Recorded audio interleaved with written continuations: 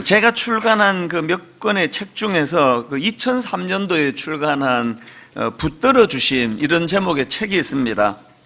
제가 그 책을 기억하고 또 그 책을 소중히 여기는 것은 거기에 나와 있는 그 소제목의 표현 하나 때문입니다. 그 소제목에 이런 표현이 있습니다. 영적 빵집에 빵이 떨어졌다. 그러니까 저는 지금도 이 영적 빵집에 빵이 떨어졌다, 이 문구를 마음에 그리면서 이제 제 목회를 점검하고 또 돌아볼 때가 종종 있습니다. 이 영적 빵집에 빵이 떨어졌다, 이 표현은 토미 테니가 쓴 하나님 당신을 갈망합니다, 그 책에서 제가 인용해온 그 표현입니다. 하나님 당신을 갈망합니다, 이 책에 보면은 그 책의 저자인 토미 테니가 구약 룻기 1장에서 그 나오미 일가족이 흉년으로 이제 고향 베들레헴을 떠나는 그 장면을 가지고 참 기가 막힌 그 적용 하나를 도출해 내는데요. 그 책에 이런 내용이 있습니다. 나오미와 그 남편 엘리멜렉과 두 아들이 고향을 떠나 모압으로 이주한 것은 베들레헴에 흉년이 들었기 때문이다. 베들레헴은 히브리어로 빵집이란 뜻이다. 그들이 빵집을 떠난 이유는 빵집에 빵이 없었기 때문이다.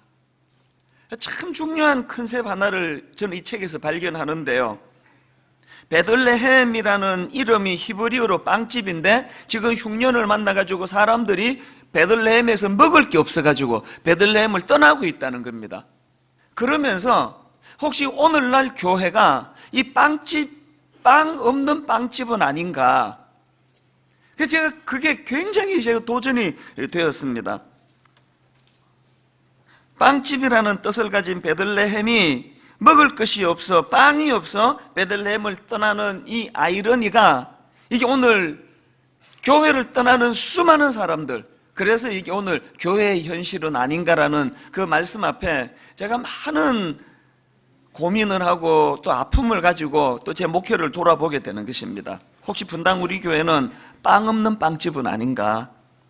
설교자도 있고 저렇게 주옥 같은 찬양도 있고 반주도 대단하고 모든 것을 다 갖추었는데 예수 그리스도가 보이지 않는 교회, 예수 그리스도의 복음이 나타나지 않는 교회, 십자가가 뭔지를 모르는 십자가가 빠져버린 교회, 이게 빵 없는 빵집 아니겠습니까?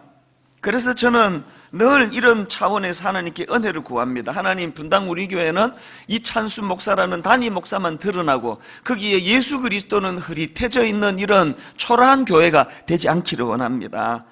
그래서 저는 이 빵 없는 빵집이라는 이 컨셉을 머리에 담고 가끔씩 되뇌이는데요. 제가 오늘 본문을 묵상하다가 이 빵 없는 빵집이라는 컨셉, 이 베들레헴이 또 떠오르게 된 겁니다. 왜 그러냐 하니까 이 본문의 상황도 좀 비슷하기 때문입니다. 자, 2절 3절을 한번 보시겠습니까?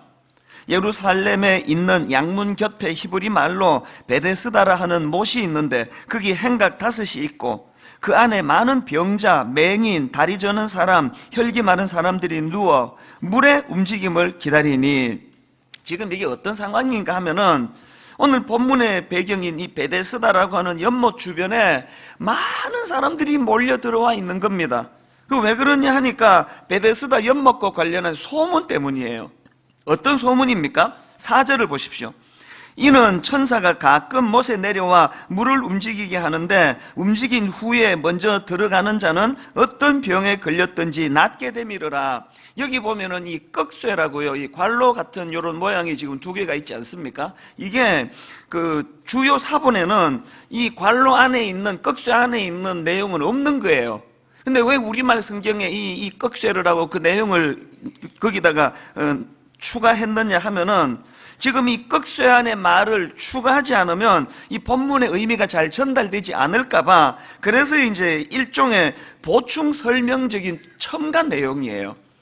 그 내용은 있어도 되고 없어도 되는데, 이제 이걸 가지고 많은 학자들이 어떻게 분석하는가 하면은, 이제 그때 그게 실제로 일어났다기보다는 그런 오래전부터 구전되어 오던 전설 같은 이야기, 그런 소문이 무성했다는 것을 설명하는 내용이다, 그런 학자들의 설명이 많습니다.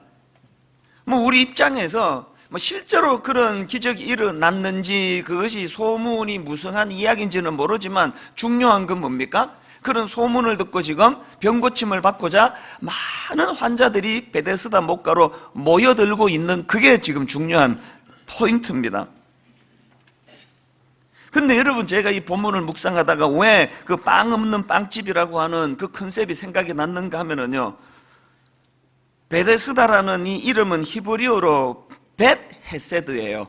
벳이라는 것은 집이라는 뜻이고요, 헤세드는 좀 귀에 익으시죠? 하나님의 자비, 하나님의 자비를 설명할 때 주로 헤세드라는 단어를 쓰지 않습니까? 그래서 이 베데스다는 직역하면은 자비의 집이라는 뜻이에요.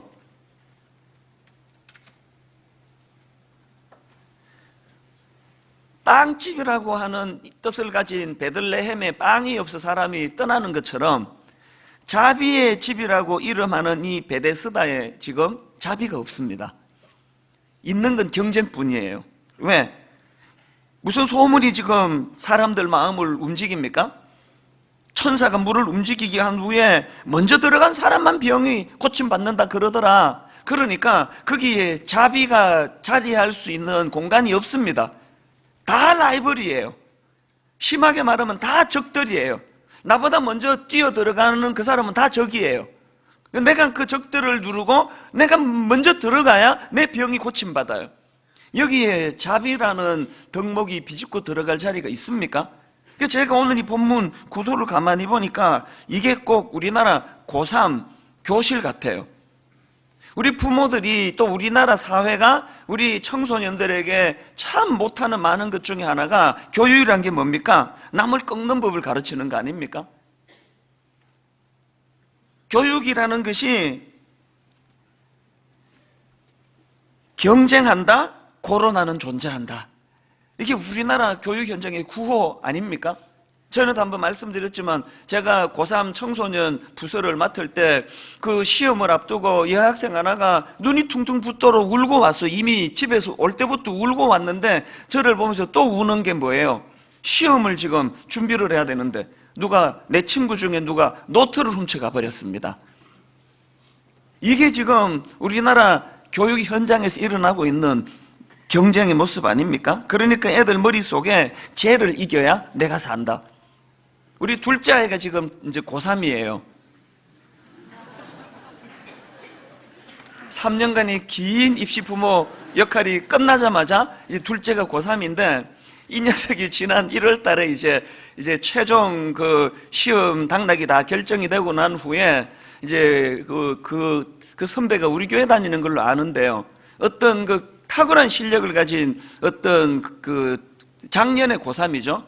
걔가 이제 최종적으로 자기 원하는 대학에 안 돼가지고 이제 재수를 결심했다.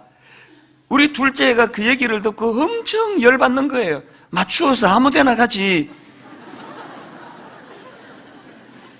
그 언니가 자기 라이벌이 됐다는 거예요. 이 아이가 갖고 있는 긴장감이 느껴지지 않습니까? 이게 지금 베데스다예요. 그러다 보니까 베데스다는 극심한 경쟁과 그 또 1등주의, 바로 1등주의. 이게 한국 교육의 현장하고 한국 사회하고 닮은 꼴 아닙니까? 예전에 그 어느 코미디 프로에서 매주마다 그 술 취한 사람이 나와가지고 1등만 생각하는 더러운 세상, 코 빨갛게 분장해가지고 비틀비틀거리면서 1등만 생각하는 더러운 세상. 그 나중에 제가 이걸 검색해 봤더니 이런 제목의 책이 나와 있더라고요. 이게 지금 베데스다예요. 그런가 하면은 이렇게 무한 경쟁과 1등주의가 필연적으로 낳는 참 가슴 아픈 열매가 뭡니까? 패배의식, 그리고 울분, 분노. 오늘 본문에 나오는 이 38년 된 병자가 보여주는 모습이 딱 이것들을 버무린 모습이에요. 지금 예수님께서 그 베데스다에 나타나셔가지고 38년 된 병자에게 이렇게 질문을 드립니다. 6절입니다. 예수께서 그 누운 것을 보시고 병이 벌써 오래된 줄 아시고 이러시되 내가 낫고자 하느냐. 여러분, 이렇게 질문하면은요, 대답은 둘 중에 하나예요. 네, 원합니다. 혹은 아니요, 원하지 않습니다. 네가 낫고자 하느냐에 대한 답은 둘밖에 없는데요, 이 38된 병자는 그 질문에 대하여 다른 답을 하고 있습니다. 자, 7절을 보십시오. 병자가 대답하되 주여, 물이 움직일 때에 나를 못에 넣어주는 사람이 없어 내가 가는 동안에 다른 사람이 먼저 내려가나이다. 예수님이 지금 상황을 물었습니까? 네 마음을 물은 거 아닙니까? 그런데 자기 마음은 대답하지 않고 바로 튀어나오는 말이 뭡니까? 주변에 인간들이 얼마나 냉정한지, 날 도와주는 사람이 없네요. 뭘 의미할까요? 이 38년 된 병자 마음속에 자기가 병을 고침받아야 되겠다는 그 열망과 동시에 울분으로 꽉 차 있는 거예요. 세상을 향한 비난, 세상을 향한 그 분노, 1등만 생각하는 더러운 세상, 그 술 한잔하고 그렇게 되뇌이는 그 모습이 오늘 본문에 나오는 38년 된 병자의 모습 아닙니까? 제가 목회자로서 가슴이 아픈 게요, 우리나라는 지금 울분 공화국이에요. 뭐 터도 덜도 아니에요. 그리고 이 울분이 점점 확산되는 느낌을 제가 받습니다. 그래서 마음이 아픈 거예요. 교회도 마찬가지예요. 믿는 우리 그리스도인들이 해야 되는 것은요, 이 사단이 확산하고 있는 울분을 차단시키는 일이에요. 어떻게 하면 이 울분을 차단시킬 수 있는가? 이게 지금 오늘 본문 베데스다가 보여주는 참 가슴 아픈 모습입니다. 그러니까 이름은 자비의 집인데 자비가 없습니다. 이름은 빵집인데 빵이 없어 사람이 다 떠나가던 베들레헴하고 이 베데스다가 이게 공통점이 그거 아닙니까? 그럼 어떻게 하면 좋습니까? 대안이 뭡니까? 대안은 딱 하나예요. 여러분 한번 생각해 보십시오. 그 극심한 경쟁의 장에서 낙오가 돼가지고 절망하던 38년 된 그 병자가 그 지긋지긋한 그 비참한 자리를 벗어날 수 있었던 근본적인 열쇠는 거기에 예수 그리스도가 나타나셨다는 거예요. 다른 말로 하면 이 38년 된 병자가 예수 그리스도를 만났기 때문이라는 겁니다. 이건 교회도 마찬가지예요. 여러분, 교회는 자칫 잘못하면 빵 없는 빵집 되기 너무 좋은 공동체예요. 제가 목회를 해보니까 교회는 이름은 자비의 집이지만 진짜 자비가 없는 데가 교회일 수가 많은 거예요. 현실을 한번 보세요. 교회 안에 상처받는 사람들이 얼마나 많습니까? 교회 안에 이 빵이 없어 영적으로 굶주리는 사람들이 얼마나 많으냐고요. 그렇기 때문에 어떻게 하면 좋습니까? 거기에 그냥 38년 된 병자 옆에 아주 정이 많은 한 사람이 나타나가지고 그래서 그 문제가 해결된 게 아닙니다. 그런 일은 잘 일어나지 않습니다. 자비의 집이라고 하면서 자비는 눈 씻고 찾아볼 수 없던 그곳에 예수 그리스도가 나타나셨기 때문에, 그래서 저는 목회자로서 자꾸 점검을 하는 겁니다. 하나님, 분당 우리 교회가 지금 막 굉장히 많은 사람이 모이고 막 무슨 치유 프로그램 대단하고 막 여러 가지 뭐 좋은 순수 행사 다 갖추고 있는데, 하나님, 그런데 여기에 지금 빵이 없는 거 아닙니까? 복음이 없는 거 아닙니까? 하나님, 분당 우리 교회가 그 담임 목사라고 하는 제가 너무 자꾸 큰 그 역할을 하는 것 때문에 혹시라도 제가 예수님을 지금 가리고 있는 건 아닙니까? 그게 제가 두려운 거예요.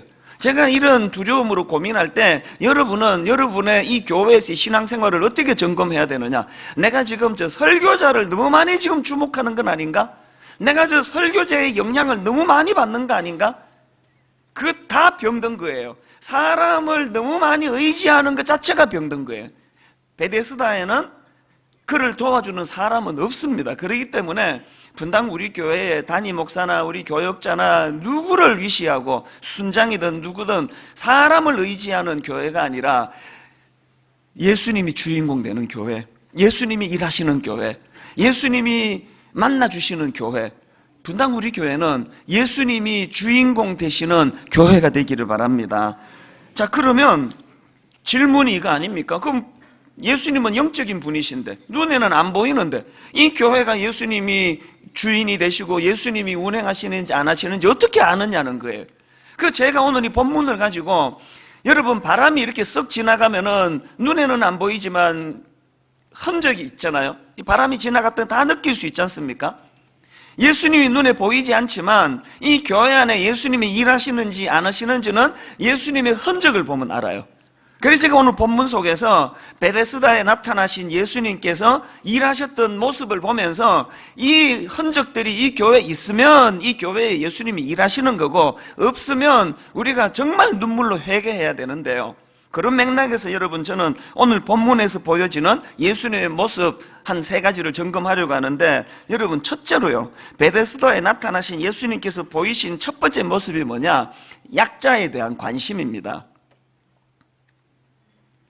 지금 베데스다를 찾으신 예수님이 그곳에서 누구를 찾으십니까?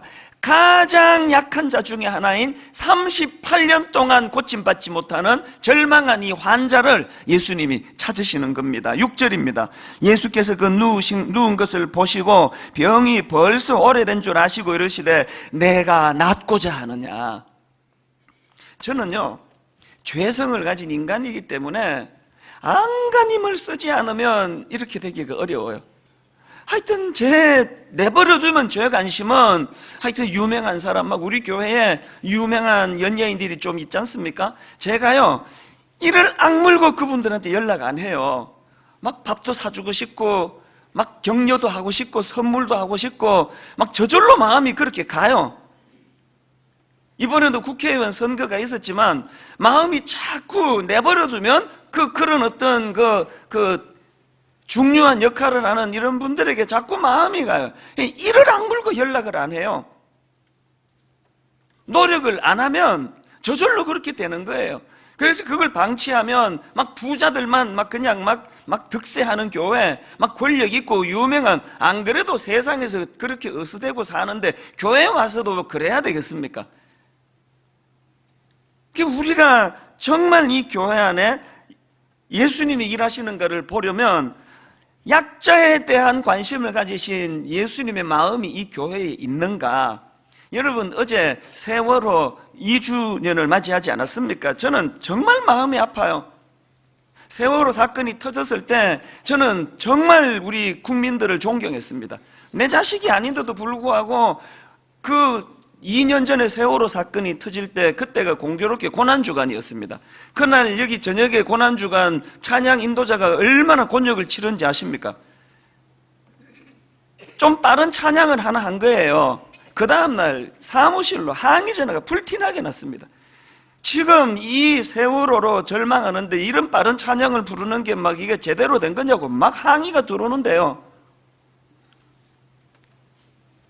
이렇게 시작한 세월호 사건인데 2년 만에 어떻게 됐습니까?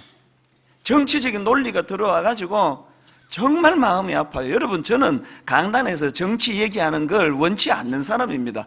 저는 지금 정치 얘기하는 게 아니고요, 여전히 어떤 상황이든지 간에 고등학교 2학년 아들, 고등학교 2학년 딸 수학여행 갔다가 그렇게 죽음이 돼서 돌아온 눈물이 마르지 않는 부모들의 그 마음을 헤아릴 수 있는 곳, 이게 교회여야 되는 거 아닙니까? 몇 번이나 저를 찾아오신 그 유가족들 중에 제일 마음이 아팠던 분은 눈물이 말라서 눈물이 안 나오는 분들이에요. 목사님, 저희들이 원하는 건 우리 아이 시신을 찾는 거예요. 좀 도와주세요. 여러분, 이 약자에 대한 관심, 저는 옥하는 목사님이 돌아가시기 직전에 사모님과 또 몇몇 가족들하고 같이 불렀던 이 찬양, 사모님이 이거 부르자 그랬던 그날을 가끔씩 떠오르는데요. 찬송가 96장이요. 예수님은 누구신가? 우는 자의 위로와 없는 자의 풍성이며 천한 자의 높음과 잡힌 자의 노임되고 우리 기쁨 되시네. 옥하는 목사님 사모님 하면은 대한민국의 그 목사님 사모님들 중에서 얼마나 많은 하나님의 영광을 누렸던 사모님 중에 한 분 아닙니까? 그 사모님이 왜 이 찬양을 불러달라고 제게 부탁을 했겠냐고요. 왜 저는 지금도 간혹 그 장면이 떠오를까요?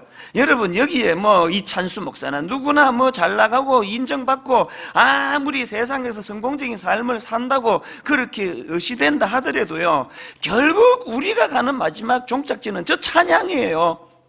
이 찬양을 좀 불러주세요. 이게 우리의 인생이에요.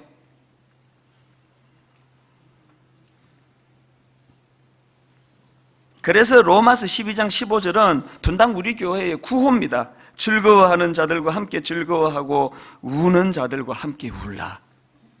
교회 안에 이 정신이 있습니까? 예수님이 주인공인 교회예요. 교회 안에 이 정신이 없습니까? 영적인 회복을 회개하면서 사모해야 되는 상황입니다. 그런가 하면 두 번째로 오늘 본문에서 보여주시는 예수님의 모습은 능력, 병을 고쳐주시는 능력의 주님. 8절을 보십시오. 예수께서 이르시되 일어나 내 자리를 들고 걸어가라 하시니, 약자는 찾아주시는데 그 약자를 돕지 못하시는 예수님, 그게 복음입니까? 앞에서 말씀드렸던 찬송가 96장이요 1절만 있고 2절이 없다면 그 찬송이 아니에요. 2절이 어떻게 시작됩니까? 예수님은 누구신가? 약한 자의 강함과 눈먼 자의 빛이시며 병든 자의 고침과 죽은 자의 부활되고 우리 생명 되시네. 말씀드렸잖아요.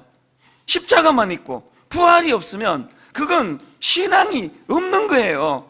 반대로 부활은 있는데 십자가가 없다, 그건 기독교가 아니에요. 십자가와 부활하심. 1절에서 약한 자를 찾아주시는 주님, 약한 자의 눈물을 닦아주시는 주님, 그 주님의 성품과 동시에 그 연약한 자를 치유해 주시는 복음의 능력이 같이 나타나야 되는 거 아닙니까? 왜 오늘 교회가 빵 없는 빵집은 아닌가? 왜 자꾸 제 마음에 이런 가슴 아픈 생각이 드는가? 교회에 이 복음의 능력이 지금 나타나고 있습니까? 주중에 제가 하는 일은요, 주로 그 아픈 사람들을 만나는 일이에요. 제가 제 역할이 그 정신과 의사하고 좀 비슷하다, 그런 생각을 할 때가 있습니다. 이 많은 성도들 중에요, 제가 찾아가서 만나거나 저를 찾아와서 만나는 분은요, 뭐 1%도 안 됩니다. 그 1%가 있는 사람, 성공한 사람, 부유한 사람이 아니고 다 아파 죽을 것 같은 사람이에요.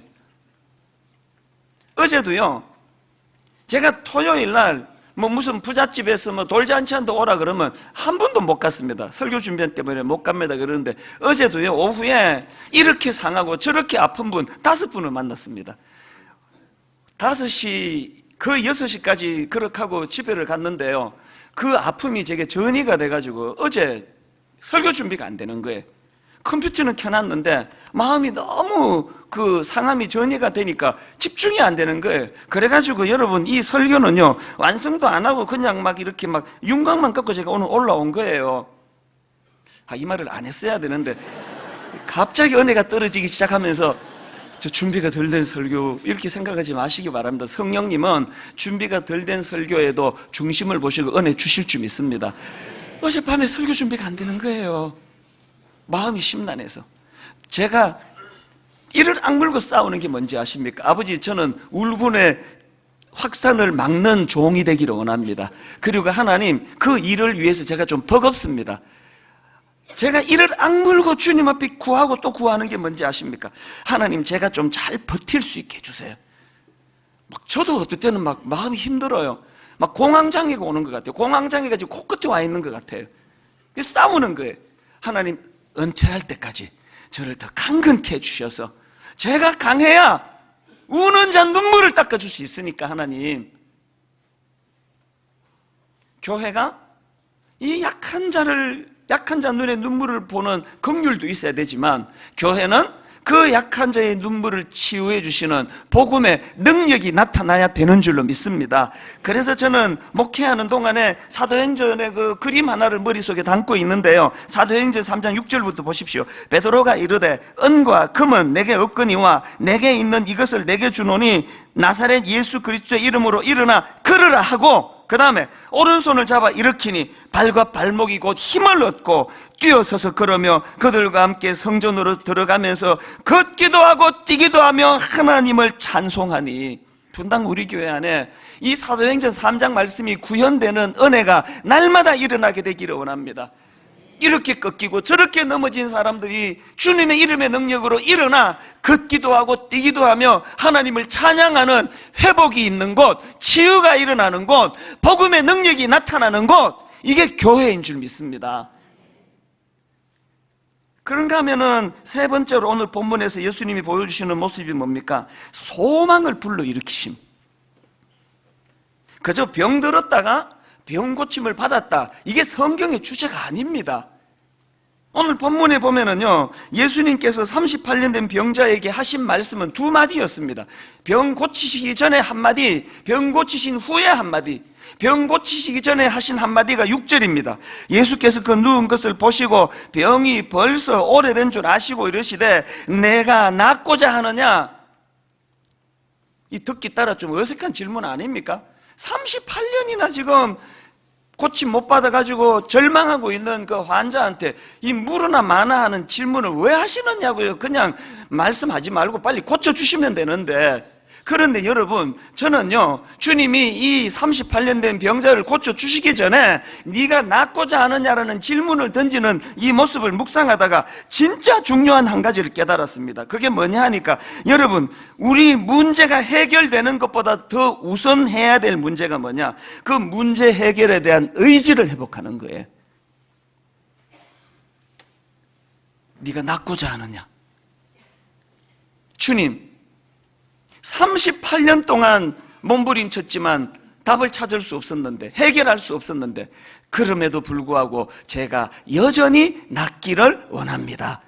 예수님은 그 답을 원하셨는데 38년 된 병자는 사회에다가 울분을 토하는 것으로 그 답을 지금 던지고 있습니다. 여러분, 세상 각박한 거 알고 여러분 주변 사람들이 냉정한 거 다 아는데요, 우리의 관심은 그 주변 사람에게 있어야 되는 것이 아니라 여전히 이 문제를 해결하고자 하는 내 의지, 여전히 낫기를 원합니다. 병 고쳐주신 다음에 주님이 하신 한마디가 더 있는데 8절이에요. 예수께서 이르시되 일어나 내 자리를 들고 걸어가라. 38년 된 병자는 주님의 이 두 말씀으로 인해 가지고 그 무서운 경쟁의 베데스다를 떠나게 된 거 아닙니까? 교회는 이런 곳인 줄로 믿습니다.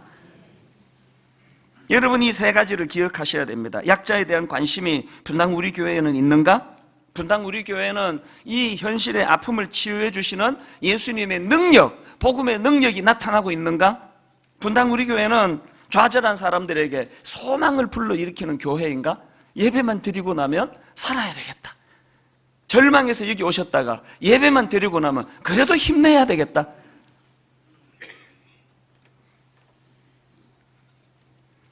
저는 분당 우리 교회가 빵 없는 빵집이 되기를 원치 않습니다. 저는 분당 우리 교회가 이름만 자비의 집이고 실제로는 세상과 하나도 다를 게 없는, 냉정하게 짝이 없는 그런 사람들만 모인 교회가 되기를 원치 않습니다. 여러분, 오늘은 장애인 주일이에요. 여러분들이 우리 교회 장애인 사역을 놓고 기도하실 기도 제목이 있는데요, 우리 교회가 펼치고 있는 장애인 사역이 크게 네 갈래로 이제 정리가 되는데, 여러분에게 드린 이 책자 안에 다 담겨 있습니다. 기도해 주실 첫 번째 제목은 장애인 주일학교예요. 지금 우리 교회 안에 장애인 주일학교가 학생부가 있고 청년부가 있는데 얼마나 진짜 감사한 일이 많이 일어나는지 모릅니다. 그런가 하면은 두 번째로 한마음 복지관. 여러분이 한마음 장애인 복지관은요, 우리나라 단일 장애인 복지관으로 하루 출입하는 숫자가 가장 많은 곳이에요. 장애인, 비장애인 합쳐가지고 1,800명이 하루에 이 공간을 출입합니다. 많은 봉사자들을 위해 기도해 주셔야 됩니다.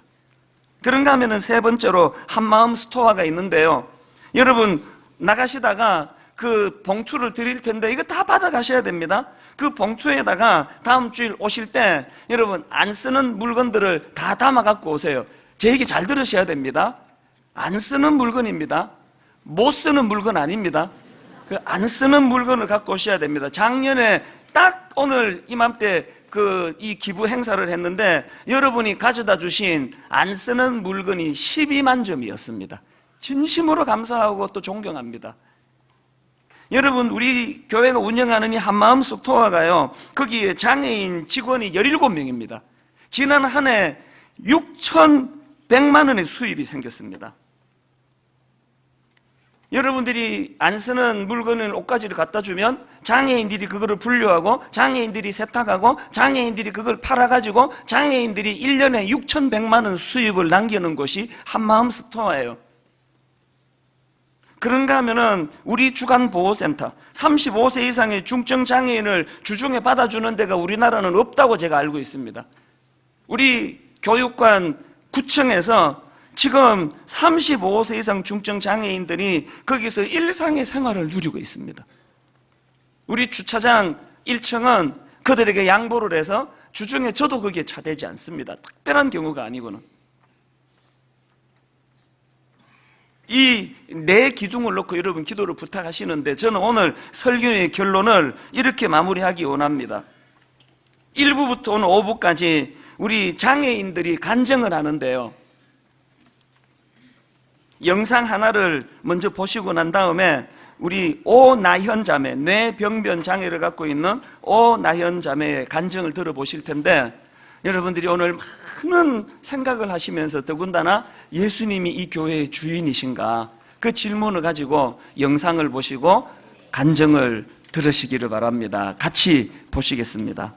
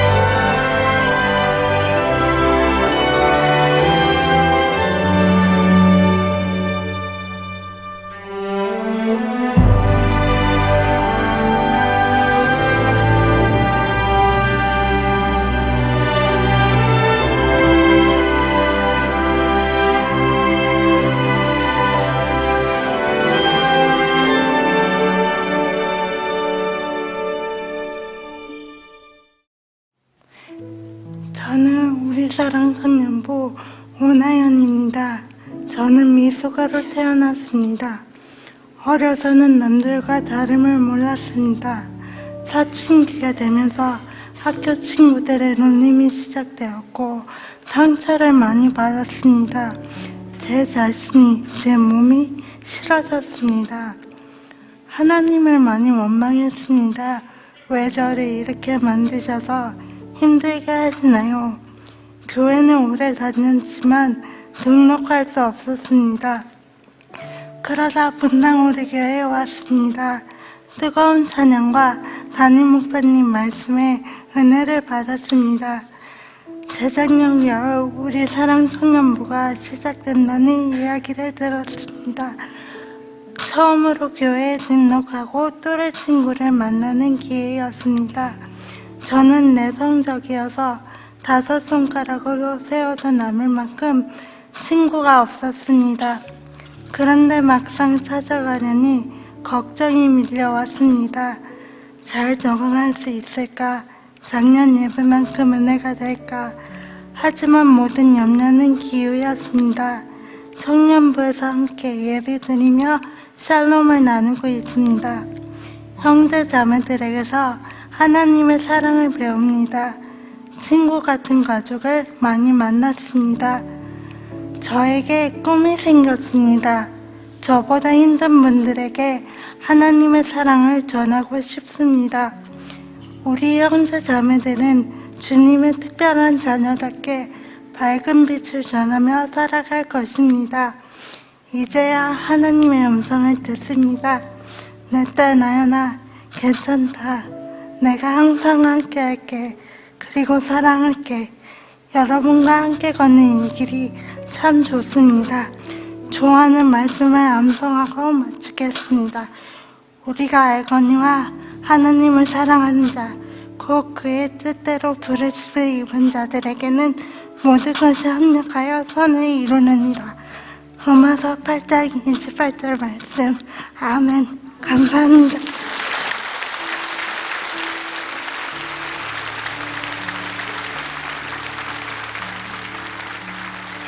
우리 다시 한번 귀한 나연자매 큰 박수로 축복합니다. 저는 우리 나연자매나 우리 진호자매, 진호 형제 같은 이런 장애인들이 춤추는 교회가 예수님이 계시는 교회라고 믿습니다. 영혼이 얼마나 맑고 깨끗한지 하나님, 우리가 저들에게 배우고 우리가 저들을 섬기고 저들이 우리에게 가르치고 아름다운 장애인과 비장애인이 서로 손잡고 어우러지는 교회, 예수님이 계신 교회인 줄로 믿습니다. 오늘 말씀을 생각하시면서 여러분, 우리 이 찬양, 주는 완전합니다. 가사가 이렇습니다. 주여, 우리 연약합니다. 우리 오늘을 힘겨워합니다. 주 뜻 이루며 살기에 부족합니다. 우린 연약합니다. 그러나 한없는 주님의 은혜 온 세상 위에 넘칩니다. 가릴 수 없는 주 영광 온 땅 위에 충만합니다. 이 충만함이 장애인과 비장애인을 가리지 않고 임하시는 하나님의 은혜인 줄 믿습니다. 가사를 생각하시면서 우리 이렇게 찬양합니다. 주여, 우린 연약합니다. 주여, 우린 연약합니다. 우린 오늘을 힘겨워합니다. 우린 오늘을 힘겨워합니다. 주 뜻 이루며 살기엔 주 뜻 이루며 부족합니다. 부족합니다. 우린 연약합니다. 우린 연약합니다. 너나 없이 우리 모두는 주여, 우린 넘어집니다. 주여, 우린 넘어집니다. 오늘 하루 또 실수합니다. 오늘 하루 또 실수합니다. 주의 긍휼을 구하는 죄인입니다. 주의 긍휼을 구하는 죄인입니다. 우린 주만 바라봅니다. 주만 그래서 우리에게 은혜가 필요한 거 아닙니까? 한없는 주님의 은혜, 없는 주님의 은혜 온 세상 위에 넘칩니다. 온 세상 위에 넘칩니다. 가릴 수 없는 주 영광, 가릴 수 없는 주 온 땅 위에 충만합니다. 온 땅 위에 충만합니다. 주님만이 길이오니 주님만이 길이오니 우린 그 길 따라갑니다. 우리 그 길 따라갑니다. 그날에 우릴 이루신 그날에 우리를 이룰 주는 완전합니다. 주는 완전 다시 한번 고백하시겠습니까? 주여, 우린 연약합니다. 주여 우린 연약합니다. 우린 오늘을 힘겨워합니다. 오늘을 힘겨워합니다. 주 뜻 이루며 살기엔 주 뜻 이루며 살기 부족합니다. 부족합니다. 우린 연약합니다. 우린 연약합니다. 한없는 주님의 은혜, 한없는 주님의 은혜 온 세상 위에 온 넘칩니다. 세상 위에 넘칩니다.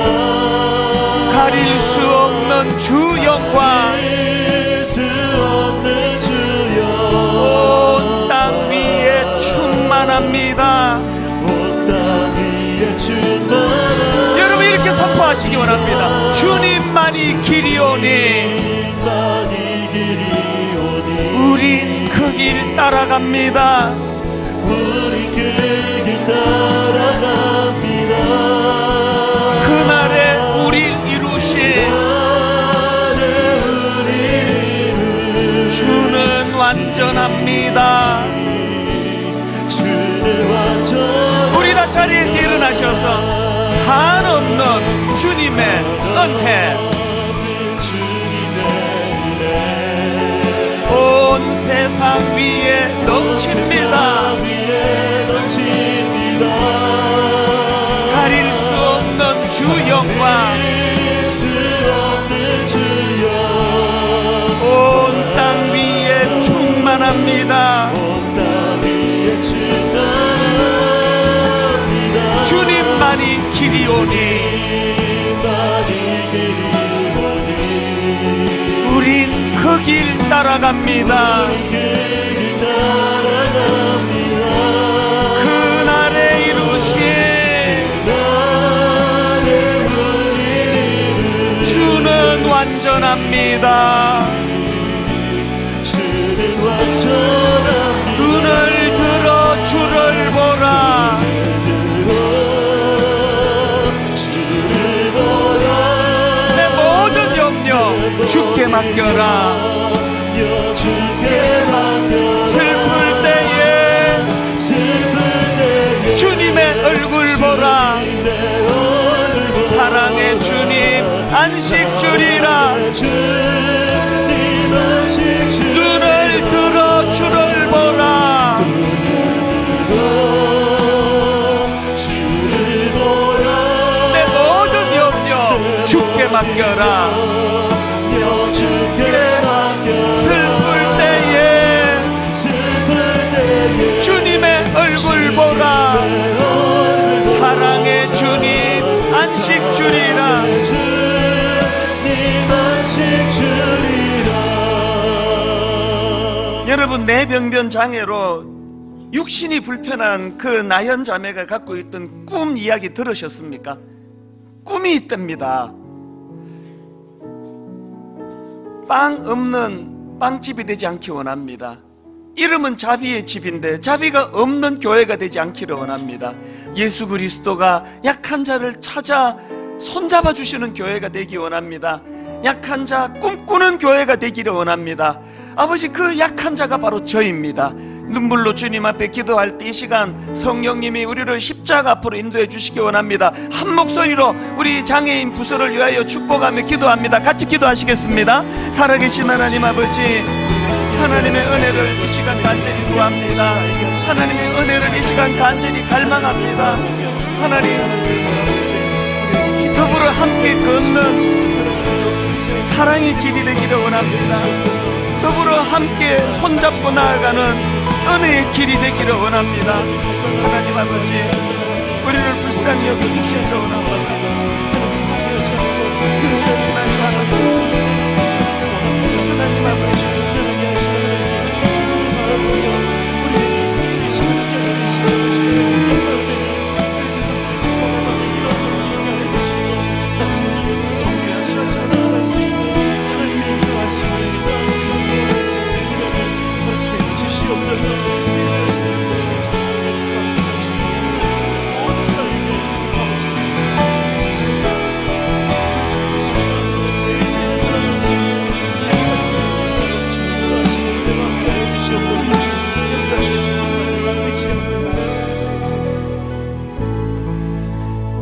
영접하는 자, 곧 그 이름을 믿는 자들에게는 하나님의 자녀가 되는 권세를 주셨으니 이는 혈통으로나 육정으로나 사람의 뜻으로 나지 아니하고 오직 하나님께로부터 난 자들이니라.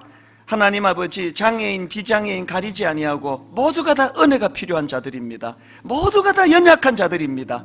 하나님, 주님의 이 능력이 이 교회 안에 나타나기를 원합니다. 주님의 그 정신이 이 교회 안에 살아나기를 원합니다. 우는 자와 함께 울 수 있는 교회, 연약한 자에게 손을 내밀어 주는 교회, 더불어 함께 손잡고 더불어 함께 나아가는 복된 교회가 되게 하여 주시옵소서. 마당에서 펼쳐지는 하나님, 장애인 바리스타가 대접하는 커피 한 잔 속에서도 마당에서 하나님, 장애인들과 비장애인들이 함께 어우러서 춤을 추는 광경이 펼쳐지는 아름다운 장애인 주일 예배가 되게 하여 주시옵소서.